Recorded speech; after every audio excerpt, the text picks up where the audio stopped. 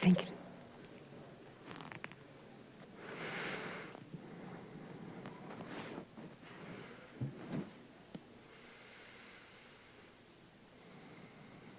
Welcome to everyone who is here present, and welcome to those of you who are online. We are having people from, well, international people from the States, from Canada, from Victoria. So welcome to all of you, wherever you are in the world. We're glad to be together virtually and in person to this memorial service for Gordon Toombs. As you can imagine, Gordon has given very specific instructions for his memorial service, including what he would like both Reverend Karen Toole and me to say. He invites us into two foci for this service, and these are the words that he has written in his instructions to me. My intention is to change the manner in which funerals are usually conducted. No surprise there. In contrast to majoring in thanksgiving for my life and my accomplishments, I wish the emphasis to be on life beyond death. To accomplish this, I suggest that there be two major parts to the service. One focused on the world I have lived in, with my travel in it briefly mentioned, briefly, he said, to be followed by my belief in life beyond my physical death. This is the non-physical world which our culture has largely banished from existence. So those are his words. Gordon followed both Christian and Buddhist traditions, and so this service today will be a meld of the two.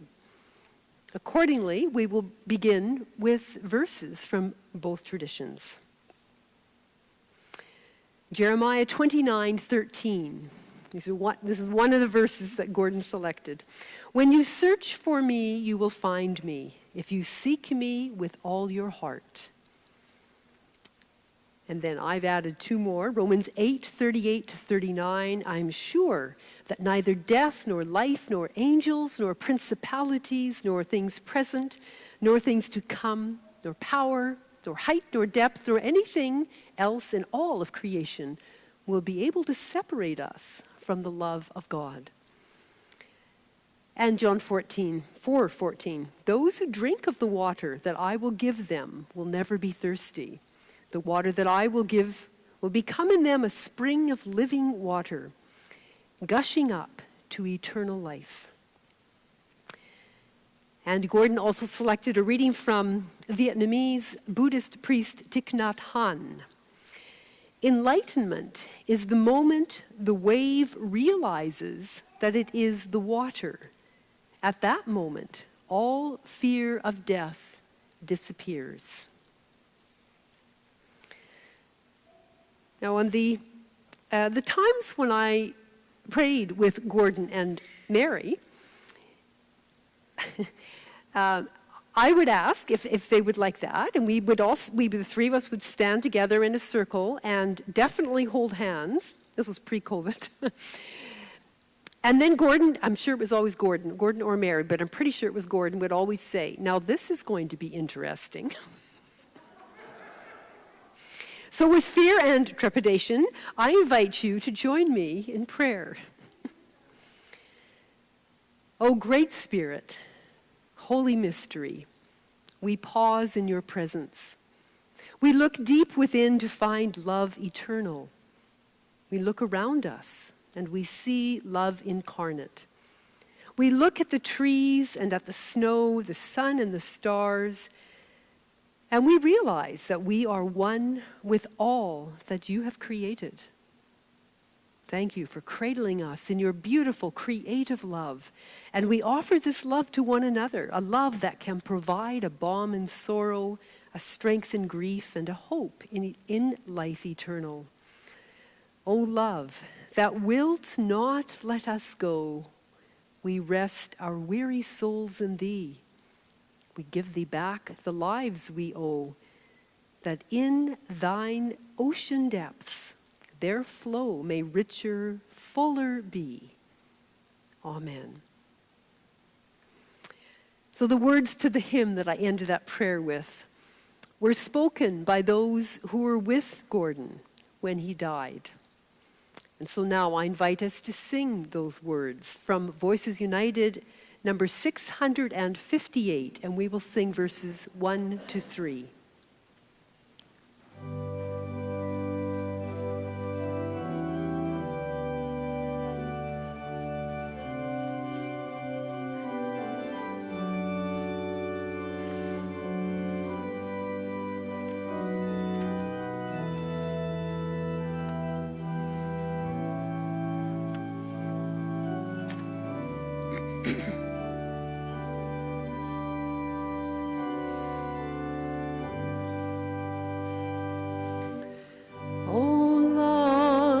That wilt not let me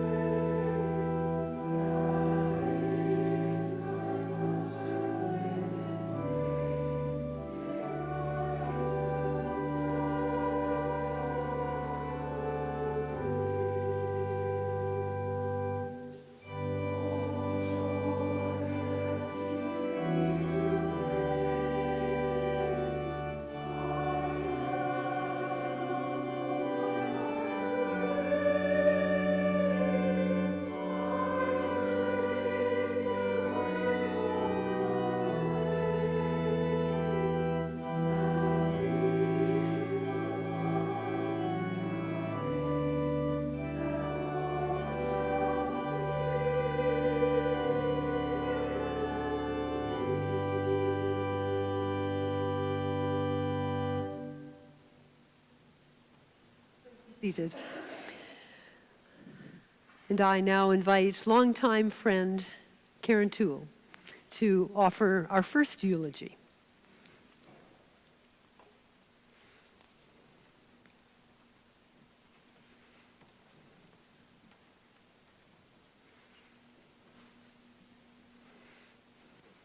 One of the folks who are at the back.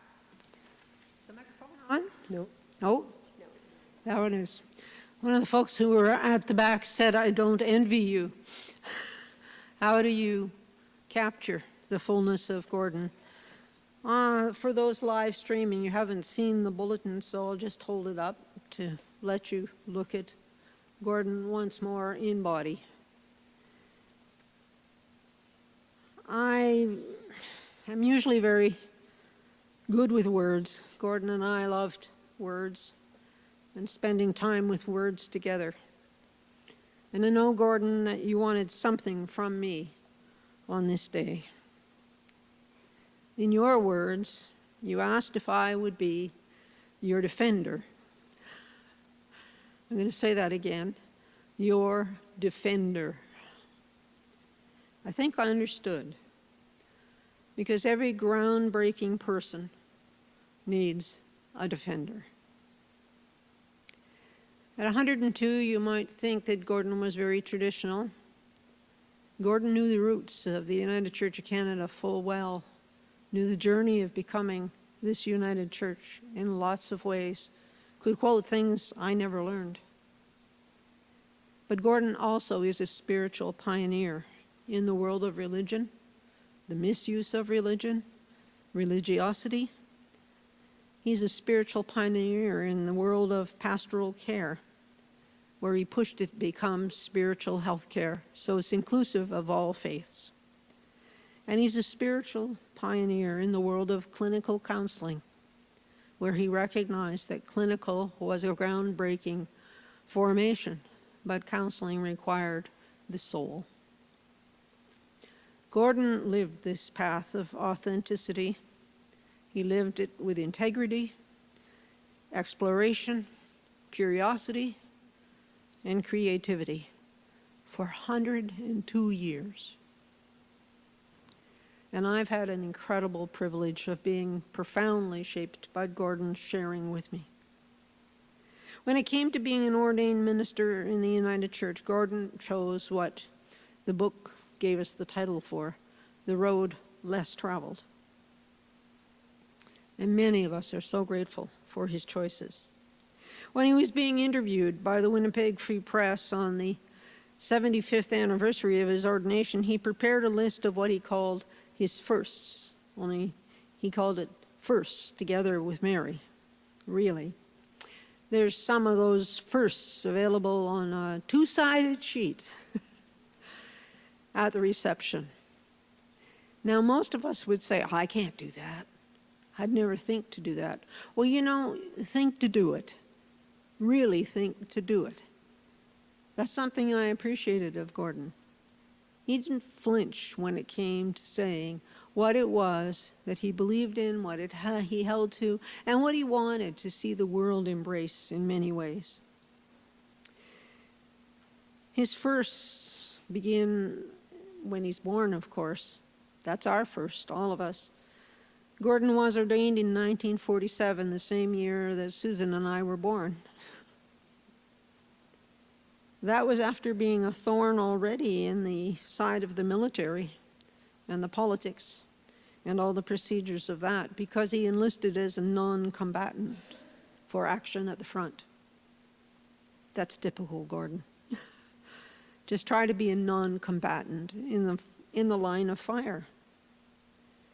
Fight for freedom is what he thought. Freedom of thought, freedom to end injustice, freedom to seek equity in our world, but never hurt another human being while you're doing it.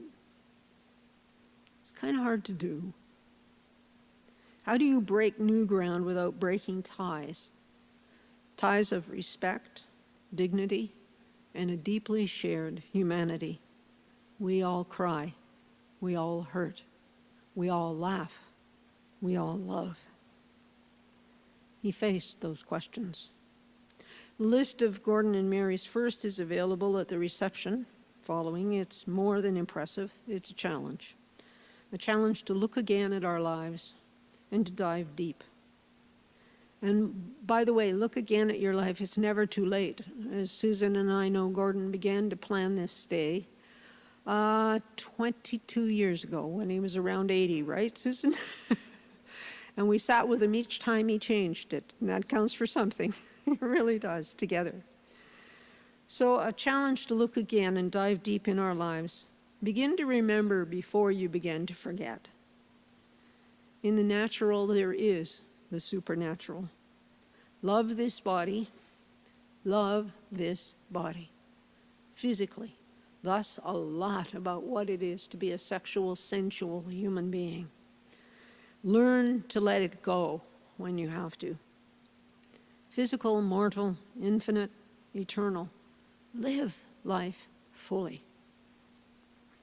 There's no time to list all those firsts here. Take a copy. The list dispels, by the way. This is why I'm his defender. Some of the assumptions we in the Winnipeg community may have made about who's who in the realm of what was pastoral care, which has since become spiritual health care. Long before we had the words and labels, Gordon was practicing spiritual exploration, searching for spiritual awareness and inclusivity, which we later named spiritual direction. From my perspective, this city would have been so much less without Gordon and Mary's presence. Now, having said all that, Gordon told me not to extol him. Sorry, Gordon. What he wanted is to focus on life beyond death. At core, that was what I think our connection was all about. He knew that I had done the deep digging and diving into that question. What do we hold to be eternal? When this body ends, such as we know it, what remains? What begins? Are we given glimpses of that in our dreams? Are we able to focus on that in meditation? Can we explore it in the writings of others? Can we hold to our moments of miracle and not disparage them? Can we embrace the mystery? Are we a dream waiting to be lived? Are we living, waiting to become a dream? I will forever thank the forces and energy of the holy that connected me with Gordon. He was my wisdom teacher, my elder, my mentor, my listener, my Sufi, my guru, my dance partner a couple of times, and very much a rabbi. But most of all, he's been my friend. A friend of trust that has become so mutual over the years. There was a time I knew of Gordon. I used to phone him as a church secretary and pass names of needy people on to him, people who needed to sit and talk. When I came back to Winnipeg, we sat at the same table at a presbytery meeting. And I need to say quite honestly, we were both mutually bored, very bored, in this very dictatorial presbytery meeting. We were being taught the words to use to pray when someone is sick or when someone is in need. We had a book that was given to us. He shook his head in despair and in desperation. And he looked over at me and then he said, "Would you go to lunch sometime?" And that communion has never left me and will never stop. Thoughts at the table we shared and words fed us, and curiosity was sharing a sacrament of the holy. Through being with Gordon, I have met wonderful people. I've met his family, Susan and Heather, and I think a few others. Oh, Daniel as well. I've met his family. Through being with Gordon, I've met Fred and Kathy and even Esther more fully as caregivers and what that means. Thoughts set the table, but words fed us. His smile, the twinkle in his eye. Curiosity was the sharing of the sacrament of the holy and all that it'll be. To know of something is one thing. To merge the knowing with meeting each other fully becomes intimacy, becomes awe, transformation. So I'll end my words with Gordon's. After a fall, after being in hospital, he came home. After trying to come back to the level of wellness that he prized, he announced to us, his little Winnipeg group, and to Susan, that this was his dying time. Typical of Gordon, to openly claim and proclaim, now is the time to die. I won't go into all the details, but Gordon died facing his past with gratitude and looking to the future with expectation. He held each of us in the room with his eyes, and he brought us face to face. Wearing a sweater that Mary had knit for him, he spoke to each of us, to all of us. He left us in his last breath, as I heard one line that I will share more fully at the end of the service. It's a word of blessing, holy and divine blessing. So thank you, Gordon, and thank you, source of all creation. We can, as Gordon did and does, hold infinity in the palm of our hands and know eternity in an hour.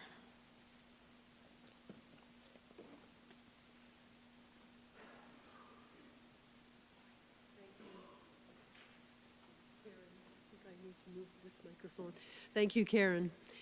And now I invite a longtime friend, Fred Nelson, to read a few eulogies, I believe.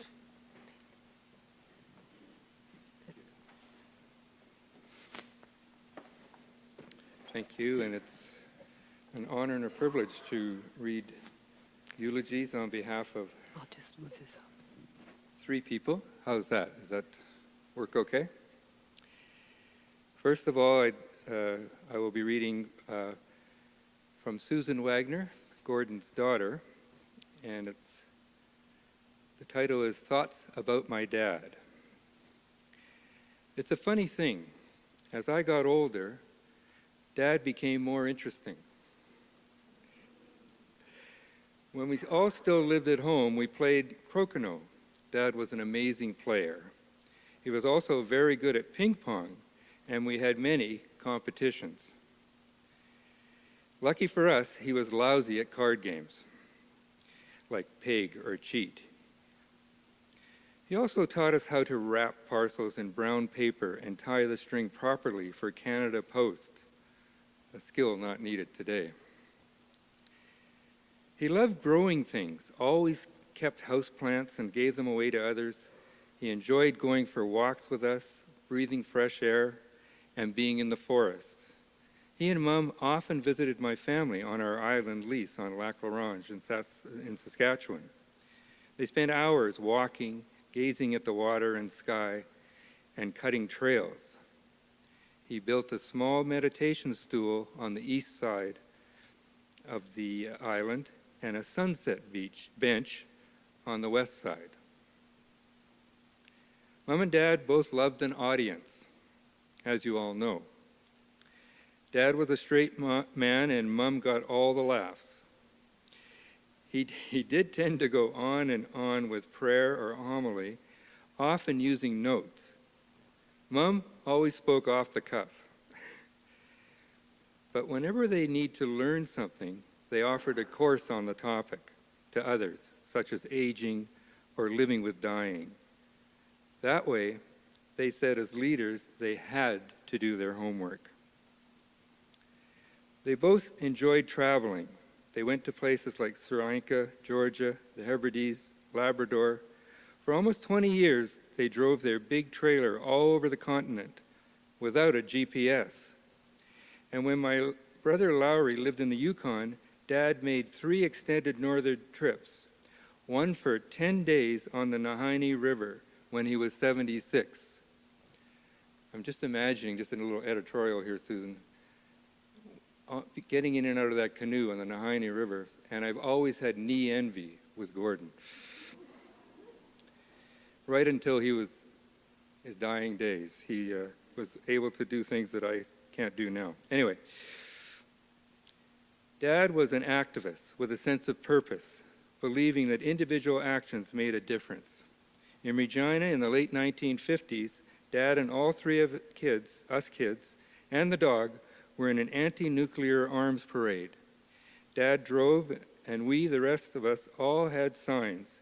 He made Red River cereal glue for the large signs to stick to the turquoise 1957 Chevy. It worked so well that the paint came off. He supported Amnesty International for over 30 years, writing letters and giving donations. His favorite charities were those that pushed for societal change. Dad had an insatiable curiosity, and he was always learning through books or from other people. He wanted to know what other people thought and details about their work or their passions. He was a good listener, and he valued his soul friendships with others. He was a mentor to many. He was a big thinker. He sought commonalities across differing viewpoints and encouraged people to work together. He believed when the writers of the New Testament said the Jews killed Jesus, that they created 2 millennium of anti-Semitism, still evident around the world today. He was very excited this year when he learned that his alma mater, Emmanuel College at the University of Toronto, had hired a theology faculty member who was Muslim.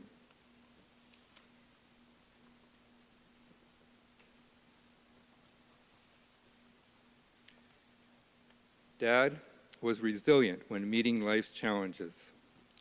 After Mom died, he said he initiated phone calls and visits because he needed more interaction. As his physical abilities became less, he created ways to adapt. He still found joy in fresh air, a sunset, and being with others. When he and I went to buy him, I like this one. When he and I went to buy him a new mattress at the age of 99, he purposely asked how long the warranty was for. 10 years? That was so funny, I lost track of where I was here. Okay. This is another good one. At his 102nd birthday, which we were privileged to be there and be part of, just this past July, with close friends, he danced with his walker as he sang part of a Harry Lauder song about why he wore the kilt. Do we have that on video downstairs? We should. When Dad was 80, he wrote his friends a letter before his heart valve was replaced, saying, "I intend to learn from this experience and to survive it." He also wrote, "I am sure my consciousness will survive in some form." He believed in a positive future for our world, for you, and for me. He will be missed. That's from daughter Susan. We also have a contribution from Gordon's son, Daniel.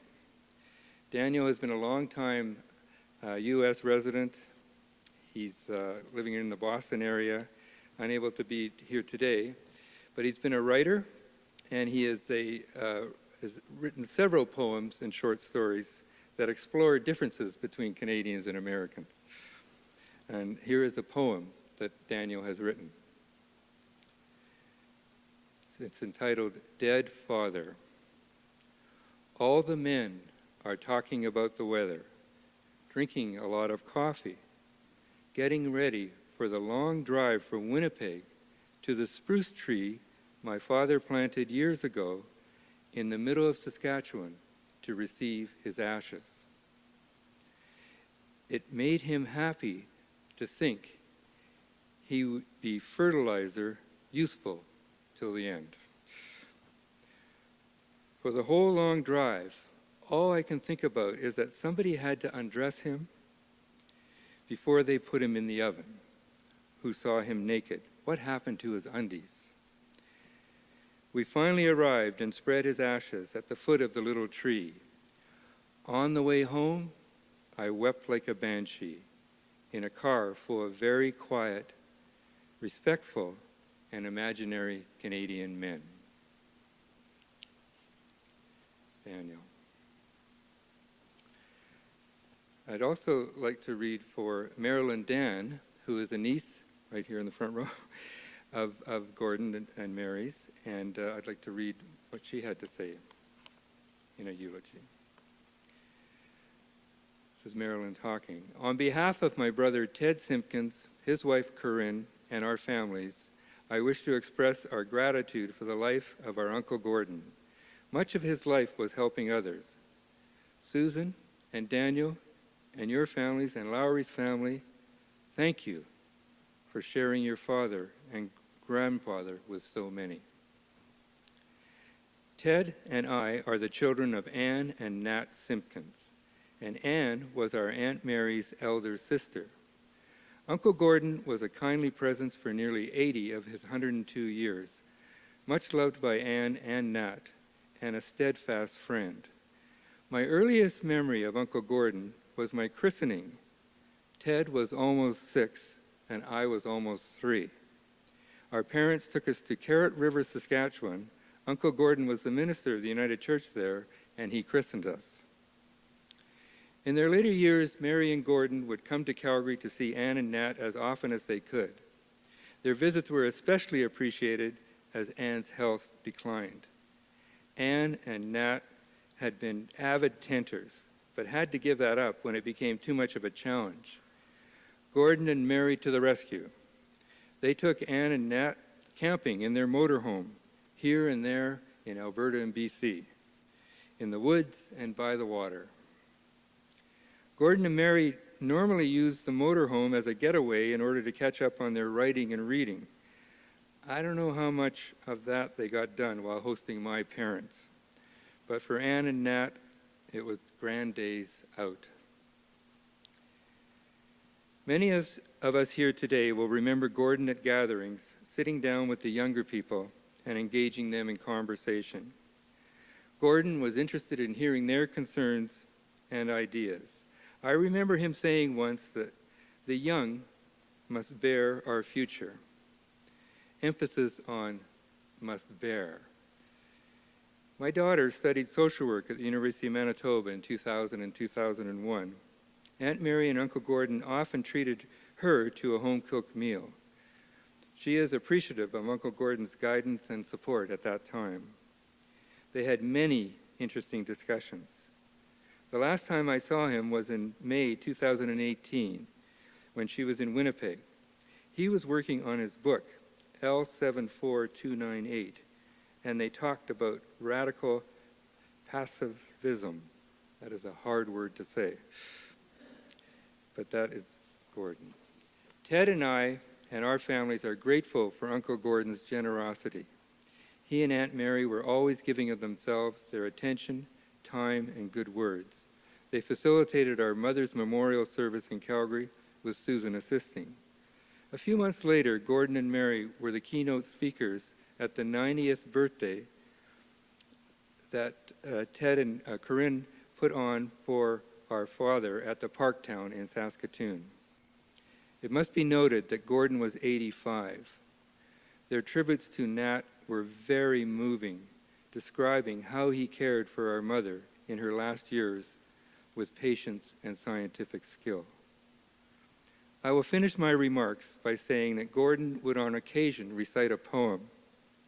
On Anne's 80th birthday, Nat presented a slideshow as a tribute to Anne. Anne in Hawaii with a parrot on her shoulder, Anne at the top of a sand dune, Anne with baby Ted, and so forth. After the slideshow, Gordon recited, "My love is like a red, red rose." This was a poem that he had on other occasions recited as a tribute to Mary. So Aunt Mary is smiling, and I'm thinking, why is Uncle Gordon reciting a Scottish love poem to Aunt Mary when it's my mother's birthday? I figured out later that Gordon was inspired by the slideshow. He recited the poem as a tribute to Nat's love for Anne, and to family love and love itself. The great mystery, impossible and endless, till all the seas gang dry. That love. And so we give thanks for Gordon's life and presence among us and his words.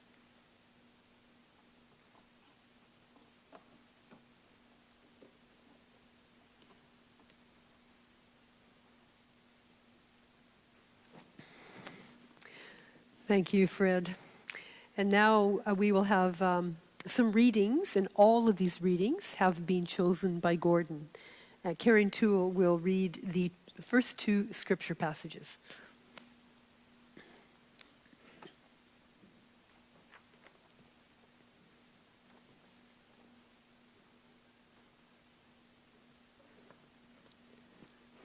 One Sunday afternoon, I came from the little church where I'm serving at Birds Hill, and Gordon and I sat for a moment, and he said, "What do you do with the Bible these days?" That was not a small question from Gordon. Took most of the afternoon to work our way through that one. These readings, as Lorraine says, Gordon chose, and I think I can see why. Matthew 5, and I would say just selected verses. "I've heard it said, an eye for an eye, and a tooth for a tooth. But I say to you, do not resist an evildoer. But if anyone strikes you on the right cheek, turn the other also. You have also heard it said, you shall love your neighbor and hate your enemy. But I say to you, love your enemies. Pray for those who persecute you, so that you may be children of your Creator, your Father in heaven. For this Creator makes the sun rise on the evil and on the good, and sends rain on the righteous and on the unrighteous. And his second reading that he chose is one that we all know very well in different ways. It has escaped the Bible and found its ways onto greeting cards. 1 Corinthians 13. Love is patient. Love is kind. Love is not envious or boastful or arrogant or rude. It does not insist on its own way. It is not irritable, and it keeps no records of wrongs, does not rejoice in wrongdoing, but rejoices in the truth. It bears all things and believes all things and hopes all things and endures all things. Love never ends. And now faith, hope, and love remain, these three, and the greatest of these is love. But someone will ask, certainly Gordon did often enough, how are the dead raised? What kind of body do they come? And Gordon probably said these words to himself as he read and he read, Fool, what you sow does not come to life unless it dies.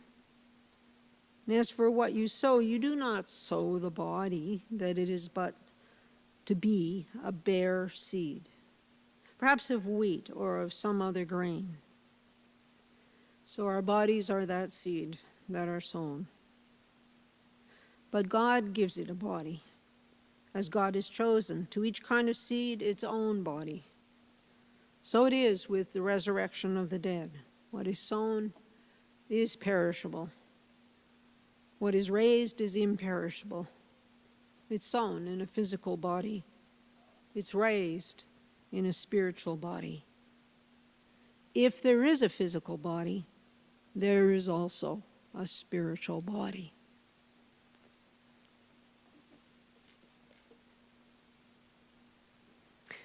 Thank you, Karen. And now we will invite family friend Kathy Beach Nelson to read a selection which Gordon had specifically asked his wife Mary to read if he predeceased her. These are excerpts from The Wheel of Life by J. Blofield.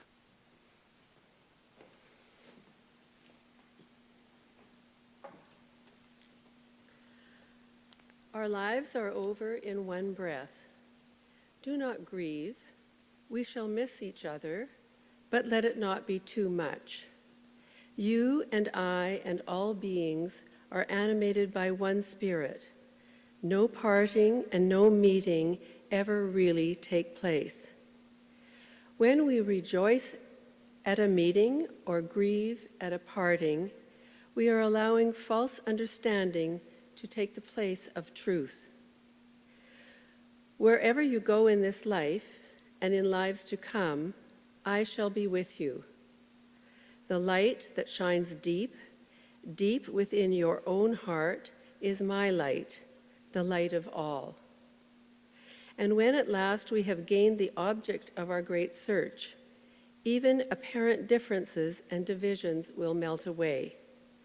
You and I will know ourselves for the one that we have never ceased to be.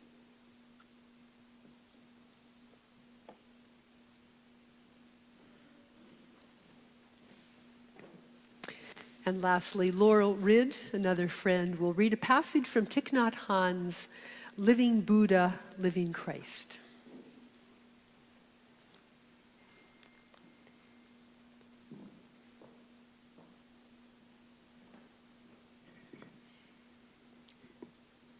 This passage was paraphrased by Gordon. According to the teachings of the Buddha, birth and death do not exist. they exist in our minds only as opposites. Birth generally means that from nothing we became something, and death generally means from something you become nothing. That does not fit the facts. Take a flower, for example. Before its so-called birth, it already existed in other forms: clouds, rain, sunshine, seeds, soil, and many other elements. Rather than talking about its birth in the spring and its death in the fall of the same year, it is more accurate to say that when nature provided the favorable conditions, it showed itself to us in the spring, and when unfavorable conditions prevailed in the fall of that same year, rather than saying it died, it just returned its constituent elements as compost to the environment. It never ceased to exist in one form or another. The day of our death is the day of our continuation in many other forms. In the following spring, in favorable condition, the plant will show itself again to us as a flower.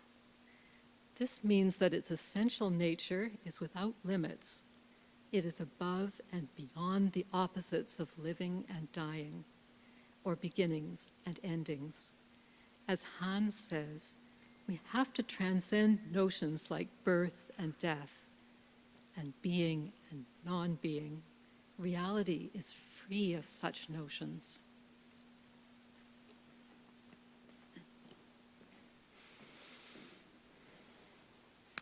Thank you, Laurel. And I now invite friend Esther Clausen to come forward, and she will lead us in a chant requested by Gordon.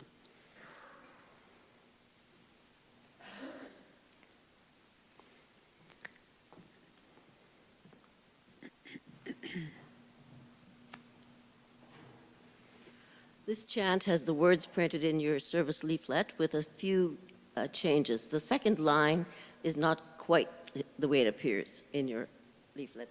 It's just earth, sun, sea, sky. Earth, sun, sky, and sea. So there's not as many ands in there. We'll do it together. I'm going to be using this handmade drum, which is created by me under the guidance of the eye of Elder May Louise Campbell, who's well known in this community. I think Gordon would like the fact that I'm using an indigenous drum to do this chant with you. And please sing with me, speak, chant, intone, whatever you feel comfortable doing, but please join me.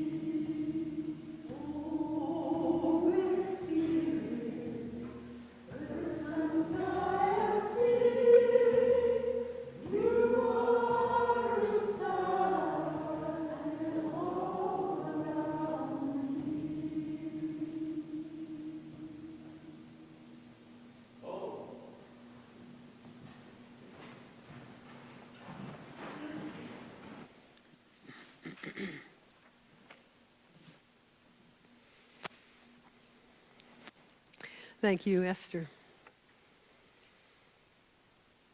In his funeral preparation notes, Gordon wrote, "I trust Lorraine to highlight the ancient intuition of the Christian community that there was such a reality as a communion of saints that bridged the death divide.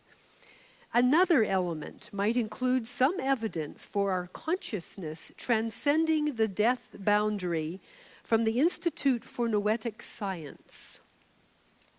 Well, Gordon, I will do my best.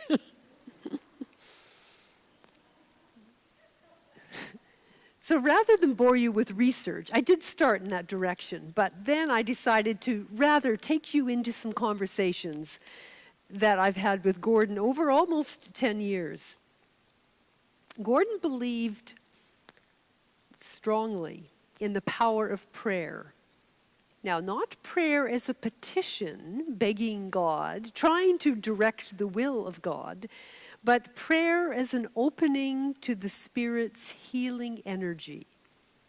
He referred to numerous studies that proved the healing power of meditation. The more that humanity is able to be vulnerable and be an open channel to that vast oceanic energy of love, the more healing we will find for one another and for our wounded world. It is this universal energy of love that connects us to one another and to our ancestors.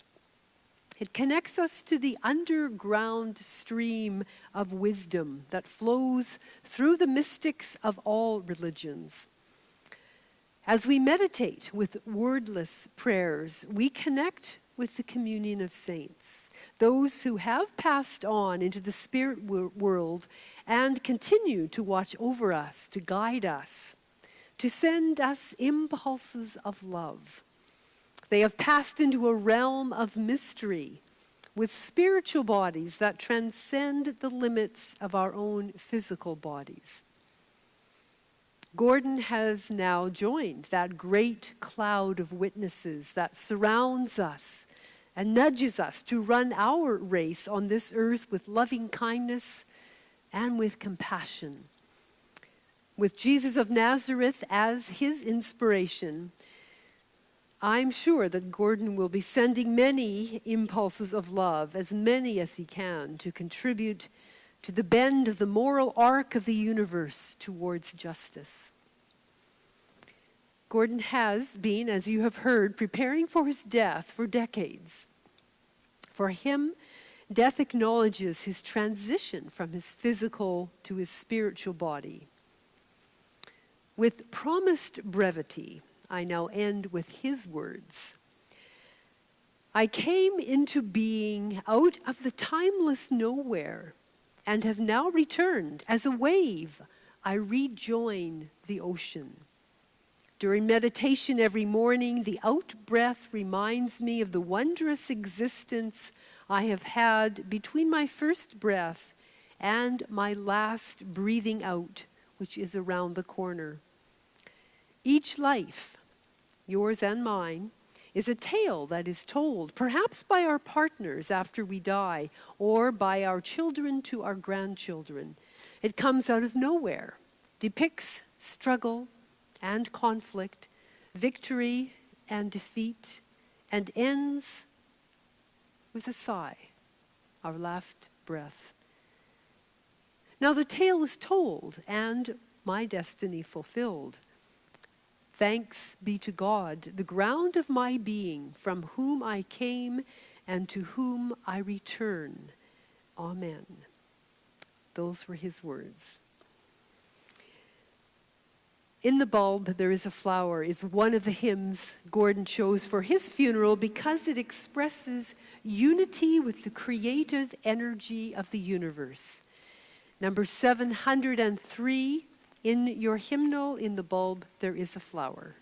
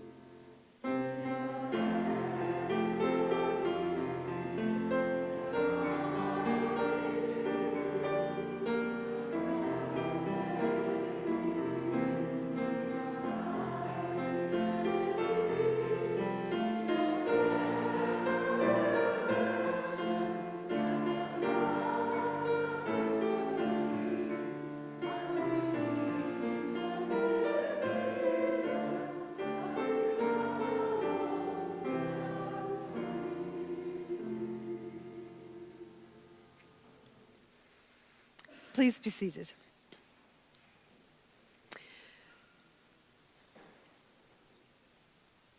I invite you now into a guided meditation. Sit with your feet flat on the floor, your back straight. Breathe deeply and slowly down into your diaphragm. Breathe in the spirit of peace. And breathe out all that blocks the flow of the Spirit's energy of love. Breathe in slowly, deeply. Breathe out even slower. As you continue consciously breathing, be mindful of that great underground stream of wisdom, our ancestors in the faith, that great cloud of witnesses that holds us in comfort, in accountability, and in strength. Sense the energy of all who have passed from this world, including Gordon, including Mary, rooting us in love. Breathe in their wisdom and compassion. And now direct your thoughts to those still in the land of the living, spirit incarnate, infleshed and alive. Send your breath of loving kindness, comfort, and support to all who mourn those who have traveled to the spirit world, including Gordon's family and friends. Hold them in your love.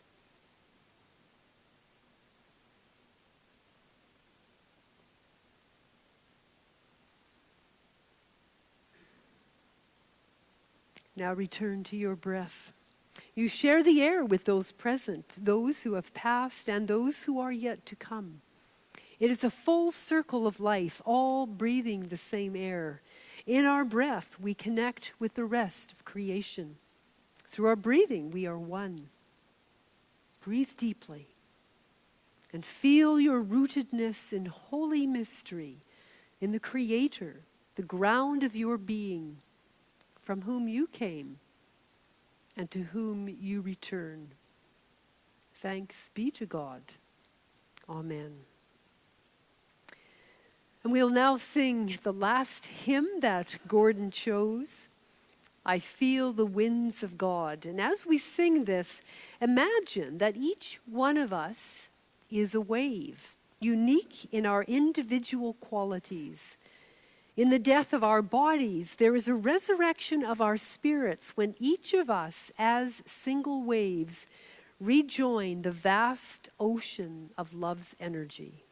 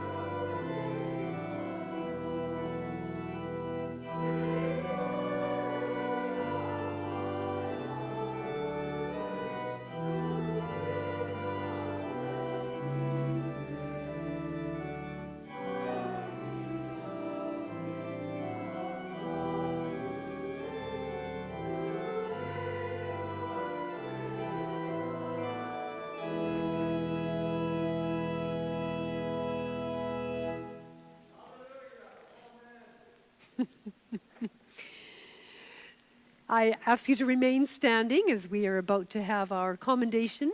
Just before I do that, I invite Karen to come forward. So immediately following this service, everyone here is welcome to go into the gym through those doors, down the stairs. There is an elevator just to your left, should that be helpful. And we ask you to keep your masks on while you're gathering food and drink. And then when you find a place to sit at a table, we then invite you to remove your mask to eat and drink. But when you stand again, to put your mask back on. Thank you for helping us all to be as safe as we can. And so now we'll move down to the picture here.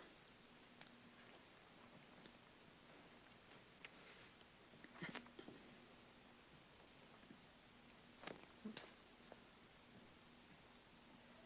Oh, and one more thing just before we move to this.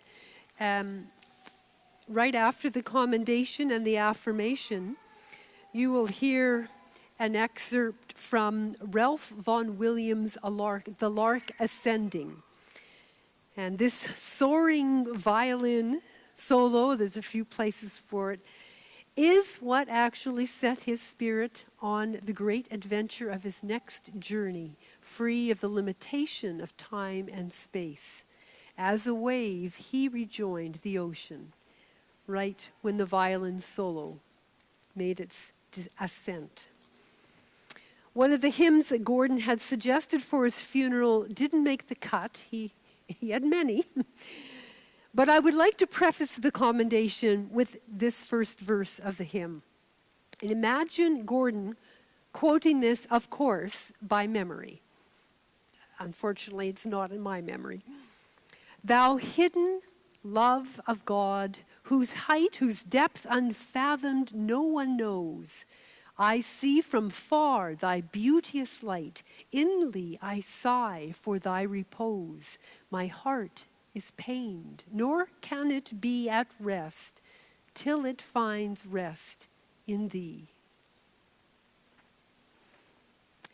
And so now, into your hands, O God of grace, we commend your servant, Gordon Toombs. And we are grateful that you have received him into your arms of love and into the blessed rest of everlasting peace. And so we now go with the blessing of God, the source of love, to be Jesus' hands and feet of loving kindness and compassion in this world.